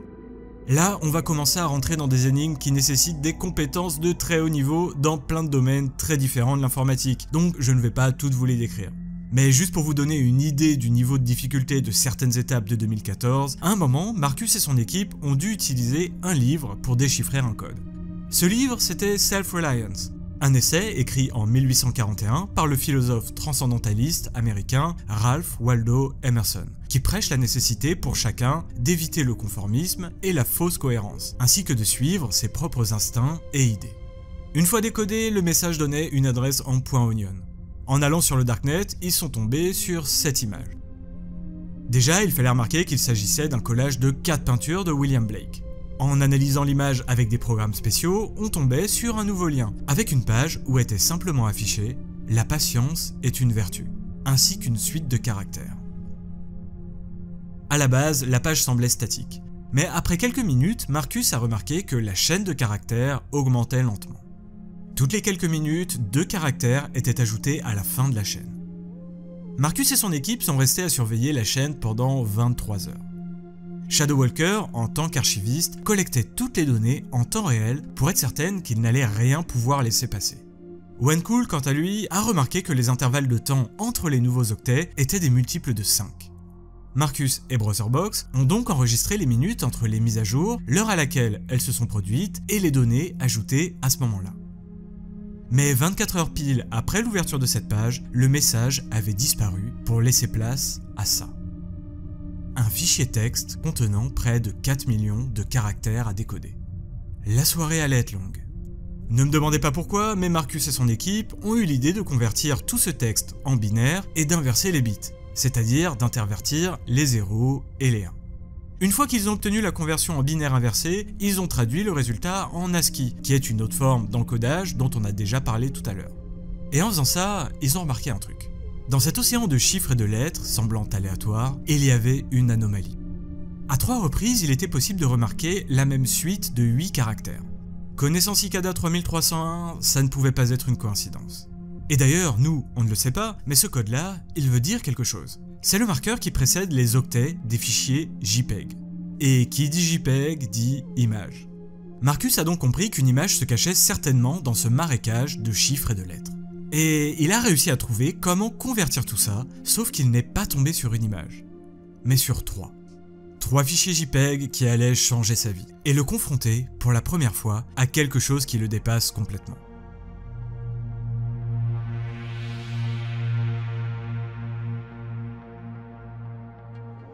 Si l'énigme de Cicada 3301 est aujourd'hui considérée comme étant le plus grand mystère irrésolu d'Internet, c'est précisément pour ces deux mots. Liber Primus, le premier livre en latin. Pour obtenir les autres images, Marcus et son équipe ont dû résoudre des énigmes très complexes, les contraignant à créer des serveurs en ligne avec des exigences très pointues et avec le moins de moyens possible. Aller chercher des messages cachés dans le code source de pages web, trouver des codes dissimulés dans des fichiers audio, décrypter des suites de caractères gigantesques, analyser des textes bouddhistes pour les utiliser comme décodeurs, chercher dans de vieux manuscrits conservés un peu partout autour du monde, etc. Et pour débloquer de nouvelles pages, il fallait parfois se référer à d'anciennes énigmes de 2012 et 2013. Marcus et son équipe ont bossé comme jamais, mais à aucun moment ils n'avaient imaginé qu'ils allaient rester bloqués sur cette ultime épreuve pendant des années entières. Le Liber Primus se présentait donc comme l'ultime épreuve, celle qui allait donner une leçon d'humilité à tous ces petits génies. Depuis 2014, sur les 58 pages disponibles, seulement 2 ont été intégralement déchiffrées, et 5 autres ne l'ont été que partiellement. Sur Discord, il y a un salon consacré aux recherches sur le Liber Primus, et près de 10 ans après, des individus sont toujours en train de s'arracher les cheveux dessus. Le Gematria n'a pas été d'une grande aide dans le déchiffrage de ces pages. Pourtant, il y avait une sorte de tableau de conversion de runes, mais malheureusement pour eux, tout ceci n'était qu'une fausse piste. Les 2 pages déchiffrées donnaient le texte suivant. Ne croyez rien de ce livre, sauf ce que vous savez être vrai. Testez les connaissances, trouvez votre vérité, faites l'expérience de votre mort. N'éditez pas et ne changez pas ce livre, ni les messages qu'il contient, ni les mots, ni les nombres, car tout est sacré. L'autre page déchiffrée donnait ça. Bienvenue pèlerin, dans le grand voyage vers la fin de toute chose. Ce n'est pas un voyage facile, mais pour ceux qui trouvent leur chemin ici, c'est un voyage nécessaire. En chemin, tu trouveras la fin de toutes les luttes et de toutes les souffrances. Vous découvrirez la fin de votre innocence, de vos illusions, de vos certitudes et de votre réalité. En fin de compte, vous découvrirez la fin de vous-même. Pour ce qui est des 5 autres pages considérées comme partiellement déchiffrées, il semble s'agir d'une sorte de conte racontant la rencontre d'un élève avec son maître, et de leur conversation autour de l'absurdité de ce monde et de la nécessité de s'affranchir des dogmes existants pour révéler son potentiel caché. Malheureusement, il y a encore beaucoup de pages dont le contenu reste un mystère. En ce début d'année 2014, Cicada 3301 venait littéralement d'achever ses participants. Une fois que toutes les pages du Liber Primus avaient été toutes compilées, enfin rien ne dit que toutes les pages ont été retrouvées et qu'il ne manque justement pas celles qui pourraient servir à déchiffrer le tout. Après ça, Cicada 3301 n'a plus donné signe de vie. Enfin... En janvier 2015, pas de nouvelle énigme. Aucun nouveau puzzle n'est apparu, seulement de grossières imitations de gens voulant se faire passer pour Cicada 3301.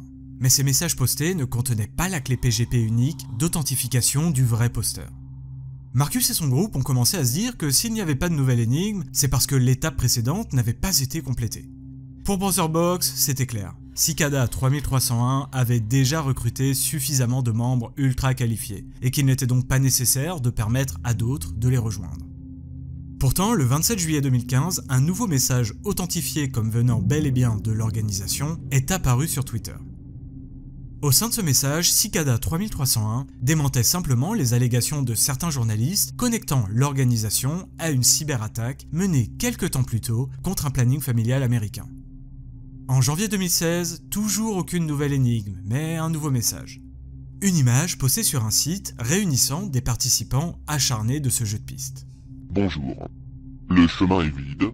La révélation cherche le dévoué. Le Liber Primus est le chemin. Ces mots sont la carte. Leur sens est la route, et leurs chiffres sont la direction. Cherchez et vous trouverez la voie. Bonne chance. Attention au faux chemin. Vérifiez toujours l'authenticité de nos messages. Et puis, plus rien pour l'année 2016.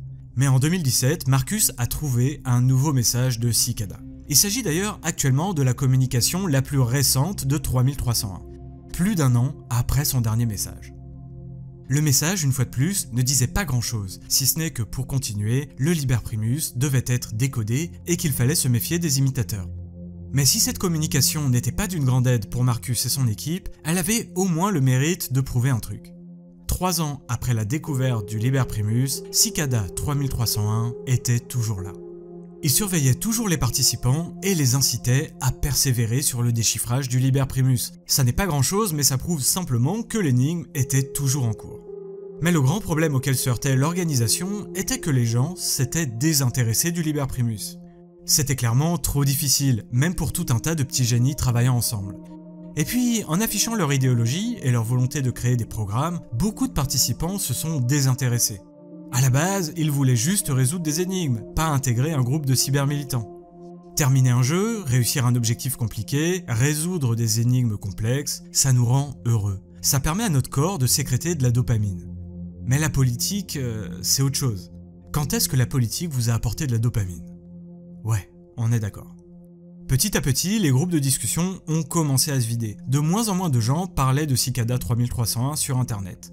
Et plus les mois passaient, et plus ce jeu de pistes, qui avait pourtant retourné internet, commençait à tomber dans l'oubli. Enfin, pour l'immense majorité des joueurs. Pour Marcus, Shadowwalker, Brotherbox, Nox et OneCool, Cicada 3301 avait représenté 5 années de leurs existences. 5 années à se creuser la tête, développer de nouvelles compétences, avoir la satisfaction de passer à l'étape suivante, et surtout, beaucoup d'émotions. Et puis, ces 5 génies de l'informatique, en se connectant presque tous les soirs pour discuter des énigmes, eh bien, ils ont commencé à développer des liens entre eux. Surtout que, pour les 3/4 d'entre eux, créer des liens avec d'autres humains était une épreuve bien plus ardue que toutes les énigmes qu'ils avaient pu résoudre jusqu'ici. Marcus est un giga surdoué, scolarisé à domicile. Alors oui, il allait chez les scouts, mais quand à 14 ans tu ne vis que pour les failles de sécurité informatique et les mathématiques, bon, c'est pas forcément très facile de créer du lien avec les gens de son âge. Nox, lui, habite au milieu de nulle part, littéralement au milieu de nulle part. Et puis, comme pour Marcus, quand on est très introverti, que l'on n'a jamais vraiment eu de potes autour de soi, et que tu vis dans un endroit où la seule passion des gens de ton âge sont les compétitions de rodéo et d'élevage de vaches, bon, pas simple de créer du lien non plus. OneCool, lui aussi, avait payé très cher sa différence lorsqu'il était plus jeune, et avait passé la quasi-totalité de sa vie devant son ordinateur à apprendre des trucs.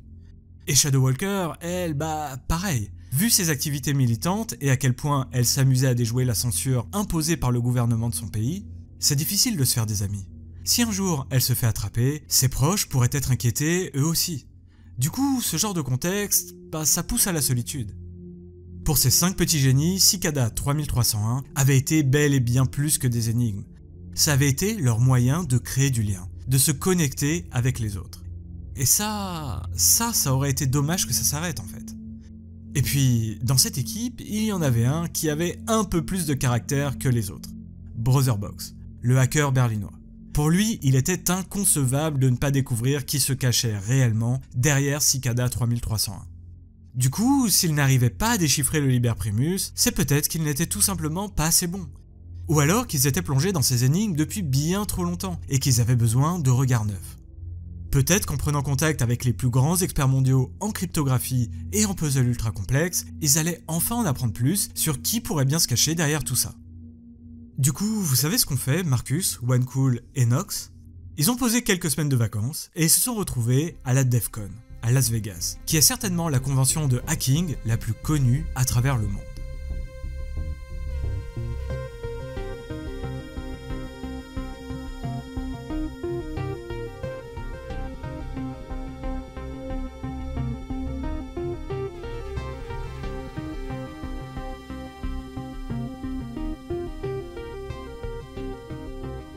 Concrètement, la DEF CON, ça ressemble un peu à l'E3 pour le jeu vidéo. Il y a des conférences, des concours consistant à hacker le plus rapidement possible des systèmes informatiques, des stands tenus par des artistes, des énigmes cryptographiques, des jeux de pistes en ligne et bien évidemment l'épreuve la plus iconique, la capture de drapeau. S'ils pouvaient espérer trouver de l'aide, c'était bien là-bas. Sauf que sur place, ils n'ont malheureusement trouvé personne qui était susceptible de les aider, mais ils ont quand même réussi à obtenir certains contacts particulièrement intéressants. Marcus, Nox et OneCool ont pu s'entretenir avec certains anciens agents de la NSA et de la CIA, en espérant pouvoir trouver de l'aide.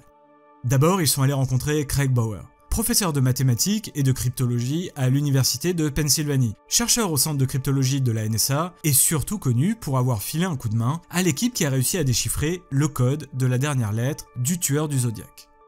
Le tueur du Zodiac est un tueur en série non identifié qui sévissait dans le nord de la Californie à la fin des années 60 et au début des années 1970. Son originalité est d'avoir communiqué avec la police à travers 17 lettres, dont 4 chiffrées. Le premier cryptogramme a été décrypté à l'époque, dès 1969, et le second, fin 2020. Pourtant, il y avait du monde qui était sur le coup. Les meilleurs agents, des universitaires comme Craig, et tout un tas de passionnés de cryptanalyse. Et ça a pris 50 ans. Donc au final, le fait que ces acharnés soient bloqués depuis 2014 sur le Liber Primus laisse quand même un peu d'espoir. Bref, Marcus, Knox et OneCool ont montré le Liber Primus à Craig Bauer, qui évidemment connaissait très bien Cicada 3301, et qui travaillait également un peu dessus depuis qu'il avait réussi à décoder avec ses copains la dernière lettre du Zodiac.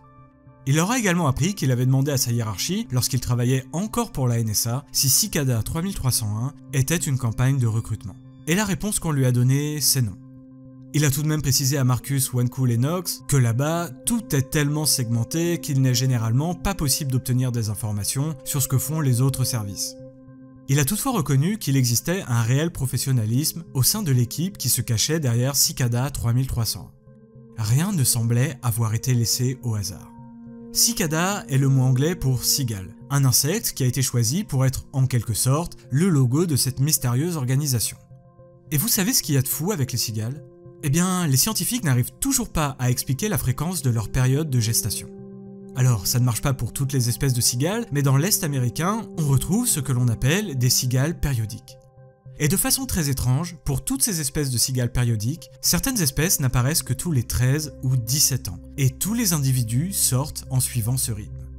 Et vous savez quoi ? 13 et 17 sont des nombres premiers. Un des plus grands paléontologues du XXIe siècle, Stephen Jay Gould, a proposé une explication très intéressante à ce phénomène, basée sur des propriétés mathématiques simples des nombres premiers. Comme je vous l'ai dit, les nombres 13 et 17 ont la particularité d'être des nombres premiers. Cela signifie qu'ils ne sont divisibles que par 1 et par eux-mêmes. Les nombres premiers sont souvent décrits comme les atomes des mathématiques. Il est impossible de les casser en plusieurs parties. En revanche, en effectuant des produits de nombres premiers, on peut retrouver n'importe quel nombre. Bref, l'explication proposée par Gould est liée à la sélection naturelle. Il avance en effet que ce comportement aurait pu permettre d'éviter certains prédateurs qui auraient un cycle décalé. 13 et 17 étant des nombres premiers, ces périodes permettent d'éviter ainsi tous les prédateurs dont le cycle s'étale au-delà de 1 an. Ce qui est assez fou quand on y pense, parce que ça veut dire que mathématiquement parlant, les cigales ont réussi à optimiser leur fréquence d'apparition afin de réduire le plus possible les risques qui pourraient menacer l'espèce. Peu de gens le savent, mais l'énigme Cicada a été lancée en juin 2011. Et pendant presque 6 mois, la première image s'était retrouvée noyée dans le thread 4chan, et personne ne s'y était intéressé. 6 mois plus tard, dans les premiers jours de l'année 2012, l'image a été de nouveau postée. Et là, bim, des gens plongent dans cette énigme. Ce qui est quand même une sacrée coïncidence. Alors, soit c'est le pur hasard, soit là où les personnes derrière Cicada 3301 semblent avoir tout prévu, dans les moindres détails, se permettant même de mêler des choses a priori aussi différentes que l'informatique et la biologie. Et on le verra un peu plus tard dans cette vidéo, mais ce qui est, selon moi, le plus impressionnant avec ce mystère numérique, c'est l'extrême méticulosité des personnes qui l'ont façonné, et l'obsession presque inhumaine qu'il doit falloir pour planifier les moindres détails de ce jeu de pistes en ligne. Après cet ancien de la NSA, ils ont également pu s'entretenir avec Bill Marczak, quelqu'un qui connaît parfaitement l'histoire des groupes de hackers et autres cryptologues qui agissent dans l'ombre. Bill est chercheur en informatique à l'université de Berkeley, en Californie, et travaille principalement sur les menaces qui pèsent sur la liberté d'Internet, qu'elles soient le fait d'acteurs malhonnêtes ou d'États, et notamment sur la surveillance, les logiciels espions et les outils de censure. Et si apparemment il n'avait pas connaissance de qui se cachait derrière Cicada 3301, il leur a raconté que dans les années 90, précisément là où il se trouvait, dans le département des sciences informatiques de l'université de Berkeley, se trouvait l'épicentre des réflexions sur les moyens de pouvoir utiliser Internet librement, et sans qu'un État ou des sociétés privées puissent exercer une quelconque forme d'intrusion dans la vie des utilisateurs. À la fin des années 90, des étudiants et des professeurs avaient formé un groupe qu'ils avaient nommé Cypherpunk. Il s'agit d'un groupe informel de personnes intéressées par la cryptographie et dont l'objectif est d'assurer le respect de la vie privée par l'utilisation de la cryptographie. Leur objectif était de créer des systèmes et plateformes pour chiffrer des données et pouvoir communiquer de manière anonyme. Et les cypherpunks ont en réalité fait beaucoup pour nous. On ne s'en rend pas forcément compte, mais Internet, ça n'est rien d'autre qu'une guerre constante entre tentatives d'intrusion, de spyware et autres programmes intrusifs. Et d'un autre côté, des gens qui cherchent des moyens de faire en sorte que les pop-up ne s'ouvrent pas et que les données personnelles ne se dispersent pas partout sur Internet. Et des cypherpunks connus, il y en a eu.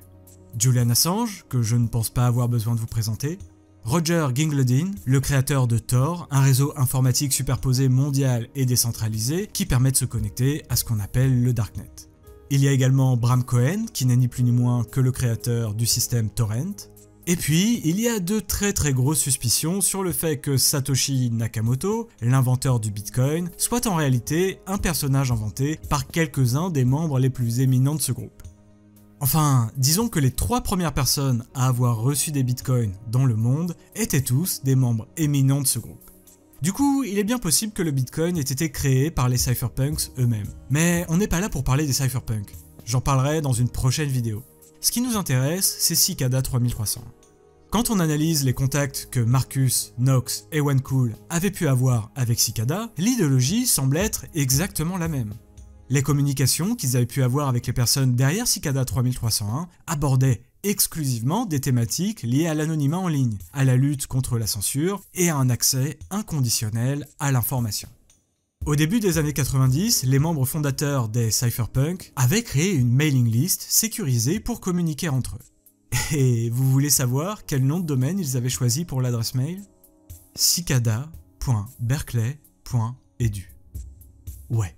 Le nom du canal de diffusion créé par les premiers résistants face à la surveillance des États sur Internet, les premiers militants pour le respect de la vie privée en ligne, le premier groupement d'informaticiens spécialisés dans la cryptographie qui rêvait d'un anonymat total sur les réseaux, eh bien le nom qu'ils avaient choisi, c'était Cicada.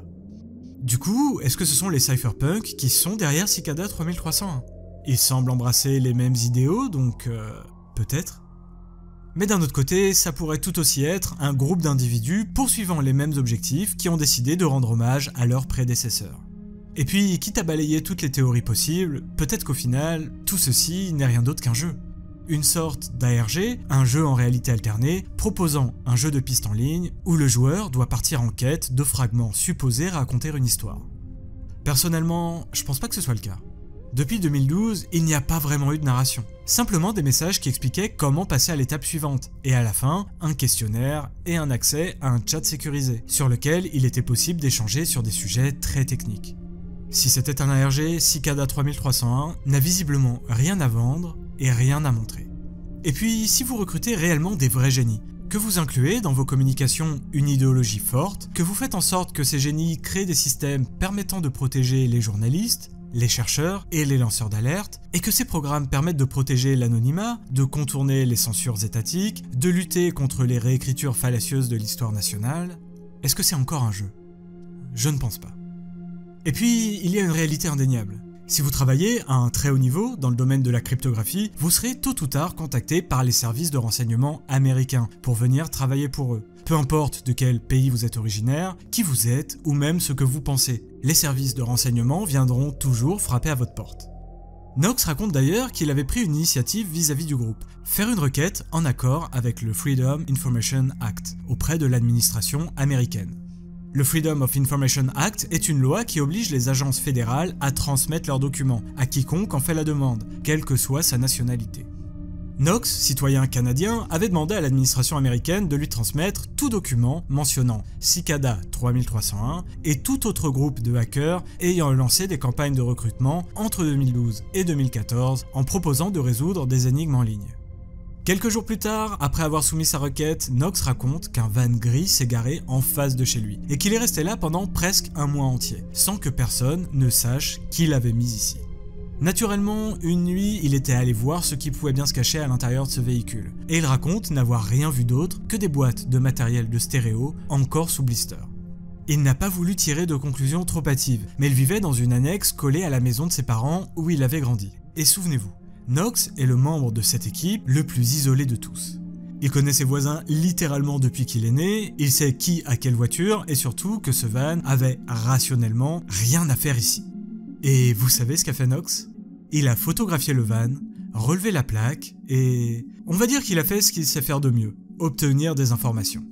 Il a découvert qu'il s'agissait d'un véhicule de location loué à Edmonton, à des centaines de kilomètres de chez lui. Qui irait louer un van, le laisserait garer là pendant une trentaine de jours, au milieu de nulle part, en laissant, de manière bien visible, des boîtes de matériel électronique? Dans ce contexte, je comprends que Knox ait trouvé ça bizarre et qu'il se soit posé des questions. Bref. Marcus, quant à lui, alors qu'il était encore au collège et qu'il était dans l'équivalent américain de la classe de 3e, s'était déjà vu proposer par le gouvernement américain le paiement intégral de ses études supérieures et 65 000 $ en cash. La contrepartie, bien évidemment, était de s'engager à travailler pour le gouvernement à la fin de ses études pendant 3 ans. À l'époque, lui comme ses parents avaient refusé. Déjà parce que personne dans la famille ne semblait estimer qu'il était très sain d'acheter les gens comme ça. Et puis bon... Si quand t'es en 3e et qu'on te propose déjà ça, c'est que normalement tu devrais pouvoir obtenir toutes les bourses universitaires possibles et imaginables. OneCool, lui, avait déjà postulé pour travailler pour le FBI parce qu'il voulait vraiment être avec l'excellence et qu'il pensait aller pouvoir changer les choses de l'intérieur. Mais non, visiblement, une multinationale lui avait fait une offre que l'on ne peut absolument pas refuser. Et puis aux États-Unis, vous avez également la NSA, l'Agence nationale de sécurité, qui est spécialisée dans le décryptage de signaux divers et variés. En gros, ils écoutent toutes les communications et signaux sonores de tout un tas d'individus d'une manière ou d'une autre importants. Et ça, c'est de la cryptographie et de la cryptanalyse, mais poussée à très très haut niveau. Dans ces agences, vous avez des gens qui ont déchiffré des messages infiniment plus complexes à décoder que ceux de Cicada 3301. Et vous savez comment font ces agences pour recruter des petits génies ? Elles lancent des grandes campagnes de candidature en ligne sous la forme d'énigmes cryptographiques très avancées. D'ailleurs, certaines grandes entreprises de la tech, comme Apple ou Microsoft, font exactement la même chose. Mais généralement, c'est fait de manière officielle et ils le disent. Pour toutes les campagnes de recrutement en ligne de la CIA ou de la NSA, rien n'était caché. Tout était transparent depuis le début. Résolvez cette énigme cryptographique incroyablement complexe et on vous recontactera pour vous faire passer des entretiens. Pour Cicada 3301, on ne semble pas être dans ce type de situation. Le long message qu'ont reçu les gagnants était assez limpide. Il s'agit là d'une organisation regroupant des citoyens du monde entier, pas des membres de l'administration ou de certaines agences gouvernementales. Au contraire même, en analysant les bribes d'idéologie que Cicada 3301 a disséminées depuis 2012, que ce soit par leurs messages ou via les livres à décrypter, cette organisation semble être libertarienne, défiante envers les gouvernements et toute forme de censure. Et puis, si Cicada 3301 soulève énormément de questions, il y a une chose dont on est absolument certain. Un élément qui trouble encore aujourd'hui Marcus, Knox, Shadowwalker, Brotherbox, OneCool, Craig Bauer ou même Bill Marczak. Un élément que seuls les agents vraiment très calés en informatique et en traces numériques peuvent pleinement comprendre. Pendant près de 5 ans, Cicada 3301 a été au centre de l'attention. La majorité des gens à avoir été exposés à Cicada 3301 sont des individus comme vous et moi. On tombe sur cette histoire, généralement racontée par un vulgarisateur, on trouve ça bizarre, excitant peut-être même, mais on reste spectateur. Ni vous, ni moi ne pouvons prétendre traquer l'organisation derrière Cicada 3301. En revanche, des gens comme Marcus, Brotherbox et OneCool ont tout fait pour tenter de trouver des traces de la personne qui postait les énigmes. Craig Bauer, Bill Marczak, des chercheurs en cryptographie, des anciens de la NSA et de la CIA ont été également des participants à ce jeu de piste. Et on arrive au détail le plus vertigineux de toute cette histoire. Là où les personnes derrière cette énigme n'ont fait aucune erreur. Rien. Sur la centaine d'énigmes proposées, partagées sur des plateformes très différentes, pas une erreur de commise. Pas une trace numérique laissée en arrière, qui pourrait permettre à quelqu'un de remonter jusqu'à eux. Ça peut vous paraître normal de ne laisser aucune trace, mais en réalité, c'est un exploit. Surtout quand on sait que les meilleurs hackers du monde entier sont sur vos côtes. Les dark markets, créés par des cybercriminels de génie sur le darknet, pour permettre aux utilisateurs d'acheter ou vendre des produits ou services illégaux, finissent toujours par tomber. Et pourtant, il y a des gens avec beaucoup de compétences et de moyens derrière. Malgré tout, ces marchés n'ont généralement que 2 ou 3 années d'espérance de vie, parce qu'il y a toujours quelqu'un qui va faire une erreur, ne pas utiliser un VPN pour masquer son IP, une décision prise à la hâte, une étourderie, et c'est fini. Quelqu'un trouvera un moyen de remonter jusqu'à vous. Ce qui est vraiment incroyable avec Cicada 3301, c'est à quel point là où les personnes qui se cachent derrière sont tout aussi impressionnants que terrifiants. Tout a été méticuleusement calculé dans un univers où la plus petite erreur est fatale. D'après moi, Cicada 3301 tient bien plus des cypherpunks que de la CIA ou de la NSA. de très loin même. L'idéologie poursuivie semble être la même, les projets sur lesquels les gagnants étaient supposés travailler concordent parfaitement avec les objectifs des cypherpunks. D'ailleurs, Marcus et son équipe ont pu s'entretenir avec Matt Curtin, qui enseigne l'informatique au plus haut niveau et qui a contribué à révolutionner le monde des pare-feux et du craquage de codes informatiques ultra complexes. Et Matt est également un cypherpunk. La petite équipe lui a donc demandé tout simplement si Cicada 3301 pourrait être une initiative de ce groupement. Il leur a répondu que pas à sa connaissance. Toutefois, il a admis que le niveau de là où les personnes qui postaient ces énigmes et que l'idéologie promue par Cicada 3301 ressemblait étrangement à ce qu'on pouvait trouver chez les cypherpunks. Du coup, la fameuse question lui a été posée. Si Cicada 3301 est l'œuvre d'un cypherpunk, est-ce qu'il existe une chance de pouvoir un jour remonter sa trace? Et vous savez ce qu'il leur a répondu, un petit sourire aux lèvres? Si tout ceci est le travail d'un cypherpunk, il y a très peu de chances que quiconque soit en mesure de découvrir son identité un jour. Et puis, il a ajouté, plus que n'importe qui, les cypherpunks savent comment se protéger et rester totalement invisibles en ligne.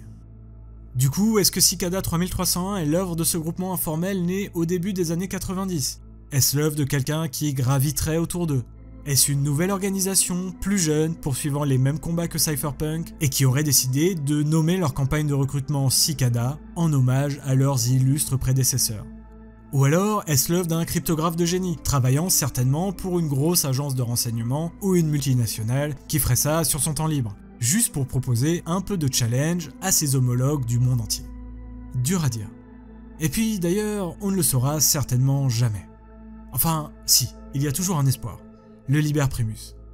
Alors certes, pour l'instant, on est loin d'avoir déchiffré l'entièreté du document, c'est vrai. Mais au final, ça ne fait que 10 ans que des passionnés sont dessus. 10 ans, c'est long, et les passionnés en question sont des cracks. Pas de souci là-dessus. Mais d'un autre côté, il a fallu 50 ans pour déchiffrer les dernières lettres du Zodiac. Il y a également Cryptos, qui est le nom d'une sculpture située à Langley, dans l'enceinte du quartier général de la CIA, qui a été créée par le sculpteur Jim Sanborn et le cryptographe Edward Sheet. Il s'agit d'une sculpture composée de 4 sections. 3 ont été déchiffrées, mais pas la dernière. Pourtant, ça fait presque 25 ans que tous les meilleurs cryptographes du monde passent devant, en parlent et travaillent dessus sur leur temps libre. Et non. Malgré tout ça, personne n'a encore réussi à craquer le code de cette dernière section. Parce qu'en effet, des énigmes cryptographiques toujours irrésolues comme ça, il y en a beaucoup. Certaines finissent par délivrer leurs secrets, quand d'autres résistent encore et toujours aux tentatives des mathématiciens. Il va donc falloir être patient avant que quelqu'un ne perce tous les mystères du Liber Primus. Et peut-être que si quelqu'un y parvient, Cicada 3301 reviendra. Mais pour l'heure, la cigale semble être terrée sous terre, attendant certainement que ses prédateurs terminent leur cycle. Pour peut-être sortir lorsque l'on aura réellement besoin d'elle, ou plutôt lorsqu'elle aura besoin de nous. Cicada 3301 reste à ce jour un mystère irrésolu. Personne ne peut affirmer avec certitude qui se cache derrière ce curieux logo. Mais si je vous ai raconté toute cette histoire, c'est pour vous donner suffisamment de contexte pour vous permettre d'apprécier pleinement ces quelques photos. On y voit Marcus, Nox et OneCool se rencontrer pour la première fois à Las Vegas, la veille de la DEF CON.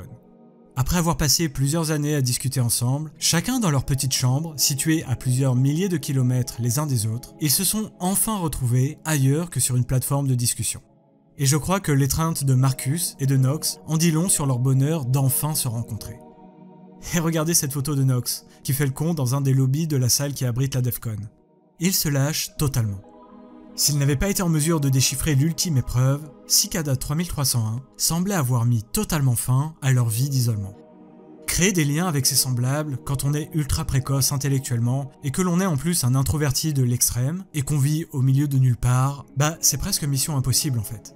Pourtant, même si nous avons tous des personnalités différentes, nous restons des êtres humains. Des animaux sociaux, ayant besoin de côtoyer nos semblables. Tout ça est gravé dans notre ADN. Alors oui, on peut vivre seul, bien sûr. Mais Marcus, Nox et OneCool ont tous déclaré que c'est Cicada 3301 qui les avait poussés à sortir de leur prison de solitude, à faire autre chose que lire des PDF complexes, à coder, crypter, décrypter, bref, à apprendre des choses théoriques. C'est également Cicada 3301 qui leur a permis de se regrouper et d'éprouver la célèbre maxime qui dit que seul, on va plus vite, mais qu'ensemble, on va plus loin. Et avant de vous laisser, j'aimerais vous montrer une dernière photographie, prise sur un parking à la sortie de la DEF CON. Alors qu'ils se dirigeaient vers leur voiture, Marcus est passé à côté d'un arbre. Ses oreilles bourdonnaient encore un peu à cause du vacarme qui avait régné toute la journée dans le centre accueillant cette convention de hacking. Elle bourdonnait, mais il a tout de même pu entendre un son familier. Une cigale était là. Wancool et Knox ont donc rejoint Marcus, et tous les trois, ils se sont mis à chercher la cigale, qui était bien cachée dans les branches de cet arbre. Je trouve même cette image particulièrement touchante, parce que d'une certaine manière, elle illustre à merveille ce qu'a été Cicada 3301 pour ce petit groupe. Un moyen de ne plus être seul, d'avoir enfin des amis qui nous comprennent et sur lesquels on peut compter. J'espère que vous avez apprécié cette vidéo. C'est la 50e de cette chaîne et j'avais très envie de me lancer ce challenge un peu fou. Faire une vidéo sur Cicada 3301 tout en prenant un angle relativement inédit. Je voulais aussi vous remercier toutes et tous très sincèrement pour vos commentaires, vos messages et plus généralement votre soutien. Je n'ai malheureusement pas le temps de répondre à tout le monde parce que je préfère consacrer tout mon temps à la réalisation des vidéos, mais une fois de plus, merci. Et un grand merci également à CyberGhost, le sponsor de cette vidéo. N'hésitez pas à cliquer sur le lien dans la description pour chiffrer vos données, devenir vous aussi anonyme sur internet et pour bénéficier de tous les avantages liés à la confidentialité qu'offre CyberGhost VPN pour 2,03 € par mois, dont 4 mois gratuits. Si vous avez apprécié l'exploration de ce mystère numérique, vous pouvez liker, commenter pour le référencement et surtout partager cette vidéo à vos amis. Ça ne vous prend que quelques secondes et ça m'aide énormément. Prenez soin de vous et je vous dis à très bientôt pour un nouvel épisode d'Obscuria.